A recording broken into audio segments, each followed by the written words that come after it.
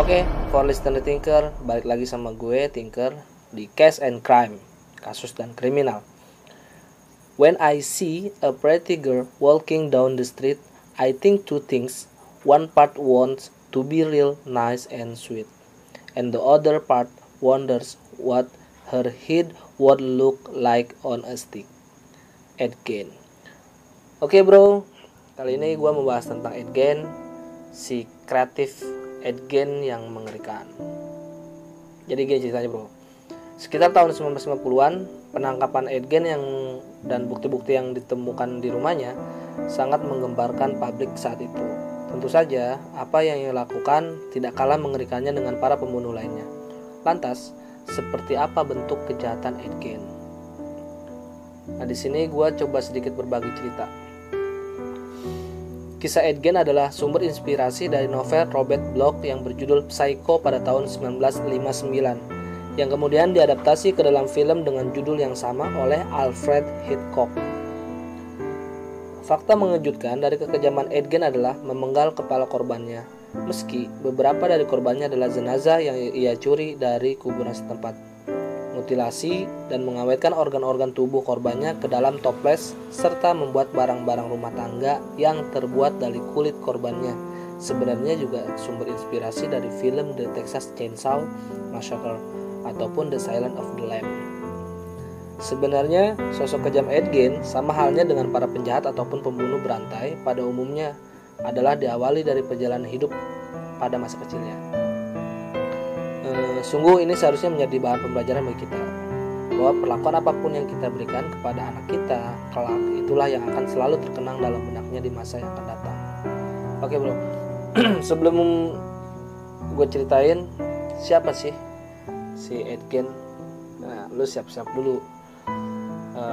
Ya kalau ada orang di samping lu, biar kalau nggak kuat ngedengerin ceritanya mendingan suruh tidur duluan.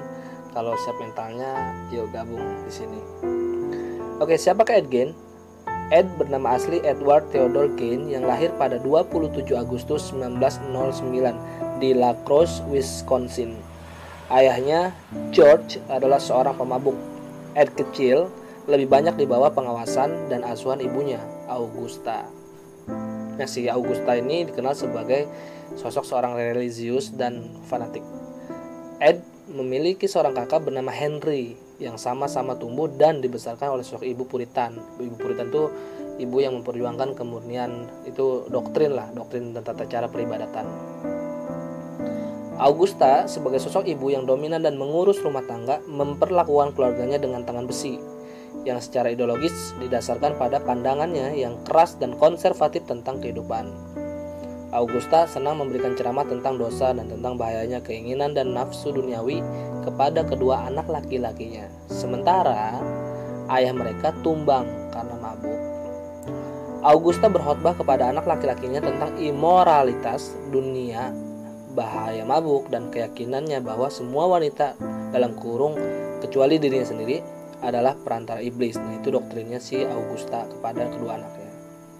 Dia selalu menyediakan waktu setiap sore untuk membaca Alkitab kepada anak-anaknya. Biasanya memilih ayat-ayat dari Perjanjian Lama tentang kematian dan pembalasan ilahi. Augusta membawa keluarganya pindah ke Plainfield pada tahun 1915. Setelah suaminya menjual toko kelontong miliknya, Ed saat itu baru berusia 9 tahun. Ketika mereka pindah ke tanah pertanian yang sunyi dan Ed jarang sekali keluar rumah dengan alasan apapun kecuali untuk sekolah. Nah, si Ed ini menjadi sosok yang pemalu. Teman-teman sekelas serta guru-guru mengingatnya karena perilakunya yang aneh, seperti ketawanya yang random, seolah-olah dia menertawakan leluconnya sendiri. Lebih buruknya lagi, sang ibu sering sekali menghukumnya setiap kali dia mencoba memiliki teman. Meskipun kehidupan sosialnya buruk, tapi ia cukup berhasil di sekolah, terutama dalam membaca. Kematian keluarganya, meskipun gelagat tingkah laku Ed yang aneh sudah mulai terlihat, tapi masalah kesehatan mentalnya belumlah terbentuk sampai kelak kedua orang tuanya meninggal dunia. Pada tahun 1940, ketika Ed berusia 34 tahun, ayahnya meninggal karena serangan jantung dan juga karena kebiasaannya mengkonsumsi alkohol. Pasca kematian ayahnya, Henry dan Ed melakukan berbagai pekerjaan sambil untuk memenuhi kebutuhan hidupnya, membantu ibu mereka supaya mereka tidak dimarahi. Ed juga menjadi seorang pengasuh anak tetangganya mereka lah, yang tampaknya lebih mudah dikerjakan oleh Ed untuk bersosialisasi dengan anak-anak ketimbang dengan orang dewasa. Dikabarkan, sang kakak Henry mulai berkencan. Ia memiliki kekasih seorang janda yang sudah memiliki anak. Henry berencana untuk membawa kekasihnya untuk tinggal di rumahnya, tapi Henry mengkhawatirkan perilaku Ed yang terlalu memiliki keterikatan dengan ibunya. Namun, pada tahun 1944, sebuah kecelakaan yang diduga membuat kehidupan Ed semakin parah.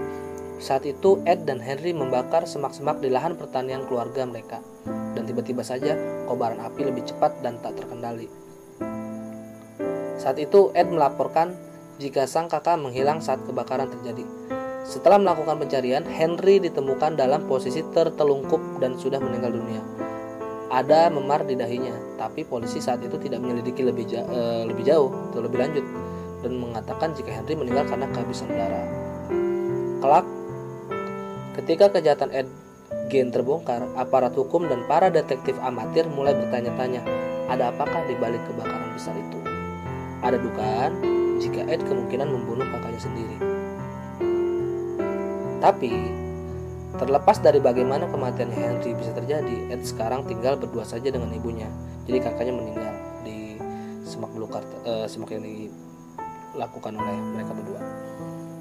Kehidupan Ed pada dasarnya hanya tumbuh bersama seorang ibu Puritan yang telah menua, yang selalu memberikan ceramah pada putra dewasanya tentang bahaya hasrat duniawi yang membuat Ed menjadi sosok yang ketakutan, cemas, dan devosi yang memaksanya untuk tetap tinggal dan bertahan dalam lingkungan tersebut. Ed tidak pernah meninggalkan rumah untuk bersosialisasi ataupun berkencan dengan siapapun. Dia sepenuhnya mengabdi kepada ibunya. Hanya 1 tahun kemudian, Augusta Gein meninggal dunia, tepatnya pada 29 Desember 1945 pada usia 67 tahun.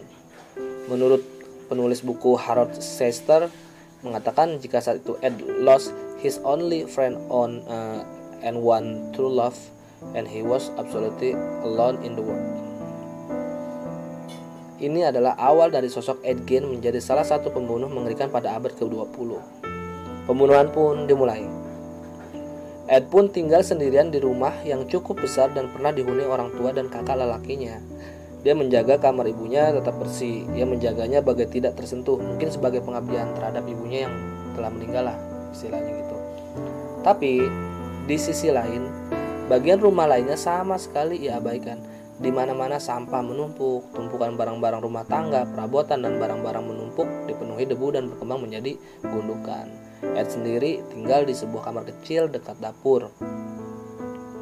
Di masa kesendiriannya itu, ia mulai memiliki rasa ingin tahu tentang anatomi yang awalnya dia cukup puas dari buku-buku yang dibacanya tentang masalah ini. Secara kebetulan, tahap keingintahuan ini terjadi bersama dengan mulai menghilangnya beberapa penghuni Plainfield yang hilang begitu saja tanpa jejak. Salah satunya adalah Mary Hogan yang memiliki kedai Pine Grove, satu-satunya tempat yang rutin didatangi Ed. Bernice Warden juga dilaporkan hilang pada 16 November 1957. Toko tempat Bernice bekerja juga kosong. Mesin kasir juga hilang dan ada jejak darah menuju ke pintu belakang. Putra Bernice, Frank Warden, adalah seorang wakil sheriff dan dia segera mencurigai pada Ed yang memiliki sifat tertutup. Dia memfokuskan banyak penyelidikan awalnya secara eksklusif pada Ed. Ada kecurigaan terhadap Ed. Tidak lama kemudian, Ed ditangkap dan di sebuah toko kelontong di West Plainfield. Pihak berwenang kemudian mendatangi rumah Ed malam itu dan menemukan bukti yang kuat dan tak terbantahkan yang bahkan mungkin tidak pernah mereka duga akan mereka temui. Selain menemukan mayat Warden yang telah termutilasi dan dalam posisi tergantung jungkir balik, petugas juga menemukan berbagai organ tubuh dalam stopes dan juga tengkorak yang digunakan sebagai mangkuk sup. Tidak butuh terlalu banyak waktu untuk membuat Ed mengaku. Dia mengaku membunuh Warden dan juga Mary Hogan. Ed juga mengaku melakukan pencurian jenazah di mana ia menggunakan beberapa mayat untuk beberapa kejahatan yang paling aneh. Ed mengaku telah mendatangi pemakaman sebanyak 40 kali. Tapi ia mengatakan jika ia melakukan itu dalam keadaan linglung dan 30 kali diantaranya. Tiba-tiba ia merasa sadar sedang berada di pemakaman, lalu ia kembali pulang dengan tangan kosong. Tapi 10 kali diantaranya ia menggali kuburan dan mencuri jenazah dan membawanya pulang. Di antara jenazah itu adalah seorang wanita tua yang dipikir mirip seperti ibunya menurut Ed. Ed membawa jenazah yang dicurinya ke rumah sehingga dia bisa mengekspresikan rasa ingin tahu anatominya pada tubuh. Dia akan memotong berbagai bagian tubuh dan bahkan membuat topeng, korset, ikat pinggang, stocking, jok kursi, kap lampu, dan lain-lain menggunakan kulit mereka. Juga ditemukan tulang-tulang manusia yang digunakan sebagai peralatan dapur. Tapi Ed membantah ketika polisi bertanya apakah ia berhubungan seks dengan mayat, dalam kurung nekrofilia lah, atau disebut dengan nekrofilia. Nekrofilia itu berhubungan dengan mayat, hubungan intim dengan mayat, itu nekrofilia namanya. Ed mengatakan they smelled to bad. Karena Departemen Kepolisian Plainfield memiliki banyak kasus orang hilang dan kejahatan yang tidak terpecahkan, mereka berusaha mati-matian untuk menuduhkan semua kasus mereka kepada Ed, walau pada akhirnya tidak berhasil. Tidak tahu apakah Ed memang tidak mau mengakui kejahatan yang tidak dilakukannya, ataukah Ed memang sangat tidak ingin memberikan kemudahan begitu saja kepada para petugas dan tidak ingin membantu pekerjaan mereka. Pengacaranya, William Belter, memberikan pembelaan terhadap dirinya dengan sanggahan tidak bersalah atas alasan kegilaan. Pada Januari 1958, Ed dianggap tidak layak untuk diadili dan dirujuk ke Rumah Sakit Pusat Negara. Lanjut. Pengadilan dan kematian. 10 tahun setelah Ed berada di Rumah Sakit Pusat Negara, dia dinyatakan layak untuk diadili. November itu, dia dinyatakan bersalah atas pembunuhan Bernice Worden. Namun, karena Ed juga dinyatakan gila selama persidangan awal, sekali lagi, ia dirujuk ke Rumah Sakit Pusat Negara. Pada tahun 1974, Ed mengajukan upaya bebas pertamanya karena ancaman bahaya bagi orang-orang di sekitarnya membuat permohonannya ditolak. Ia dalam kondisi cukup tenang jika ia tidak dalam suasana panik.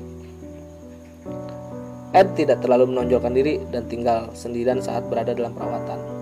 Hanya saja, kesehatannya mulai memburuk menjelang akhir 1970-an. Barulah Ed meninggalkan Rumah Sakit Pusat Negara. Dia dipindahkan ke Mendota Mental Health Institute. Di sanalah ia meninggal karena kanker dan penyakit pernafasan pada tahun 1984, tanggal 26 Juli, di usia yang ke-77 tahun. Para pencuri souvenir selalu mencuri potongan-potongan kecil dari batu nisan Ed yang dimakamkan di Plainfield. Hingga akhirnya sekitar tahun 2000, batu nisan Ed benar-benar menghilang. Tapi Juni 2001 nisannya telah ditemukan kembali dan disimpan di Waushara County Sheriff Department. Kuburan Ed sendiri saat ini tidak memiliki tanda. Ia dimakamkan di antara ayah, ibu, dan kakaknya. Kreativitas Ed Gein. Oke, for listener thinker, thank you udah dengerin kasusnya Ed Gein, dan semoga nggak ada Ed Gein yang lain. Harapannya seperti itu, dan makasih banget buat lo semua bro udah dengerin Tinker. Jangan bosan-bosan, Tinker nanti juga akan membahas case and crime lagi, kasus kriminal lagi. Oke. Thank you buat lo semua. See you next time and be careful anytime.